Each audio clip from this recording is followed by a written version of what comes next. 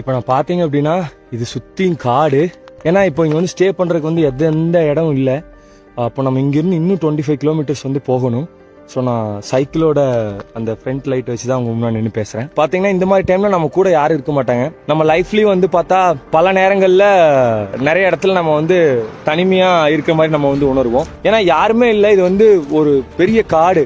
டேராடூனுக்கு, அதாவது சிம்லால இருந்து நான் வந்துட்டு இருக்க ரூட்ல இருக்கிற ஒரு இடம். ஆனா நான் உங்ககிட்ட ஒரு சொல்ற ரிக்வஸ்ட்னா, எல்லா சுச்சுவேஷனுமே வந்து நம்ம கூட யாரும் இருக்க மாட்டாங்க. முதல்ல நம்ம லவ் பண்ண ஆரம்பிக்கணும். ஸோ நான் நிறைய பர்சன்ஸ் வந்து லைஃப்ல பார்த்துருக்கேன். ஒருத்தங்களே நம்பி இருந்து அவங்க போனதுக்கு அப்புறம் எதுவுமே இல்லாத மாதிரி தோணும். ஸோ நம்மளை லவ் பண்ண ஆரம்பிச்சோம்னாலே போதும், நம்ம எல்லா விஷயத்தையும் வந்து நம்மளால ஹேண்டில் பண்ண முடியும்.